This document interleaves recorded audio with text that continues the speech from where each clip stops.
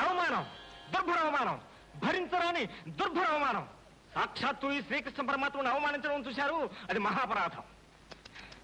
నిజమేనండి.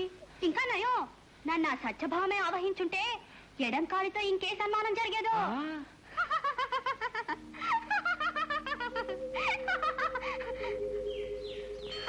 మట్టికుండా శ్రీకృష్ణ పరమాత్మ అభిషేకానికి ఉపయోగపడ్డ నీ జన్మందు చూసావు.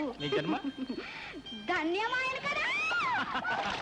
ఆహా, మీ జన్మ కూడా ధన్యమాయను కదా. ఏమనో ఈ చెరువులో బావురు కప్పలు బారెడు పాములు ఉన్నా అదే ఏం పర్వాలేదండి, మీరు సత్యభావ కదా. అంతేకాదు మూడు జలగలు కూడా ఉన్నాయి.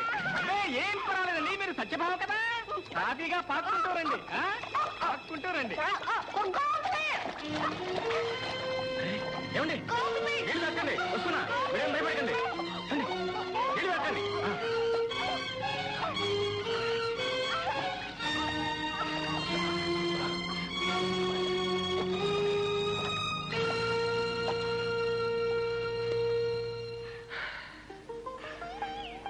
అయిందేదో అయిపోయింది, జరిగిందని క్షమించండి. అదేమిటి నేను అనాల్సిన మాట నువ్వు అంటున్నా? అనాలని మనసులో ఉన్న అభిమానం అడ్డొస్తుంది కదండి.